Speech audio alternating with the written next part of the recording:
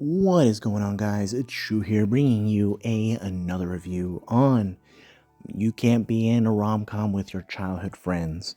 Now, I think we're finally getting into more of a serious kind of situation now, especially by the end of it. But we still know that this is still a rom-com comedy, so we'll see what happens in the next episode. I'm more interested in what happens in the next one, but this one definitely had a very good point. Like I like that something is actually moving, and there was some honesty, and I can honestly say that's much better than what we have been getting in the last few episodes. Like, sure, we've had moments and whatnot, and it got a bit dry and annoying for me. I'll be honest. I enjoy the series, but I'm going to recognize when there are weak moments, and there have been in this series. It's not by any means one of the greatest things in the world. There has been very weak moments, some fun moments, but weak moments as well. And here I feel like we're getting into a turning point that I hope continues on in a positive way. Well, let's hope. But let's go ahead and get right into it. So we start by actually seeing our boy AU just feeling depressed. He's kind of like confused as to the whole situation that he was with Akari. He's just not understanding the mixed signals that he's got from her. And so the only thing he can really think of is by talking to Runako. And she, of course, is, kind of a bit oblivious, a little slow to catch up on what's actually going on. And we see that she does, which is smart of her. It takes a minute, but she understands what he was saying afterwards.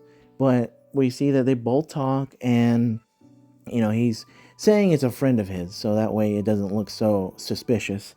And so he talks about how this is, a friend of his was in a situation and where he stayed the night with a girl, and the girl was acting a certain type of way with him and only with him, and she said that she loved him, and then that following morning she was gone, just giving the whole spiel to her.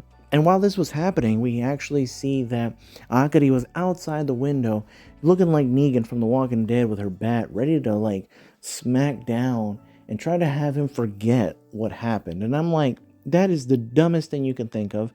Not only are you on the roof, like you're already trying to like make things really bad early in the morning. And we see that for Runako, she's like, okay, so it looks like this girl may not be for you, or for your friend. She's definitely, acting kind of tsundere, especially if you're saying that she's only that way towards the friend and no one else.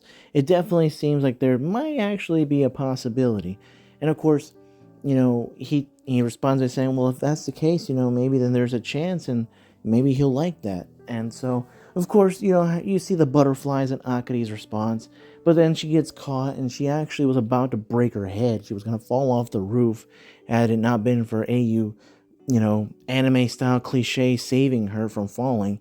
And he does, he ends up having to be the one to like drag her back up, and she, of course, acting tsundere, leaves. And that's, of course, when it clicks for Runako, who actually isn't able to join them in the festival because she's having to go back home.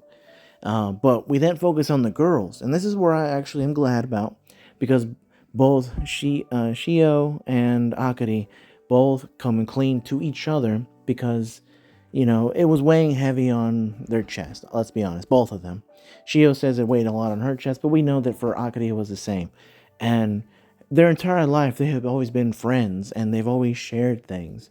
However, when it comes to him, it's different now. And so they both come clean. They both say they have feelings for him, and they both want to ask him to be alone with him during the fireworks because of the whole legend of love and whatnot. You know how these conspiracies are, or whatever you want to call them, these legends. And they both are wanting to do it. They then are both fumbling. I'll be honest with you. They both go to the festival with him fumbling, and howling, like trying to ask him, but they just can't find the words. They just don't know what to say or how to say it. And of course, AU decides to kind of just be a little more, I guess, childlike, instead of like acknowledging that something is up. Like he knows something is up, that girls aren't acting like themselves, and he just decides to try to be all, go lucky guy and not try to pay attention to it, to think this is going to just pass. And so we have the girls then, like, getting serious.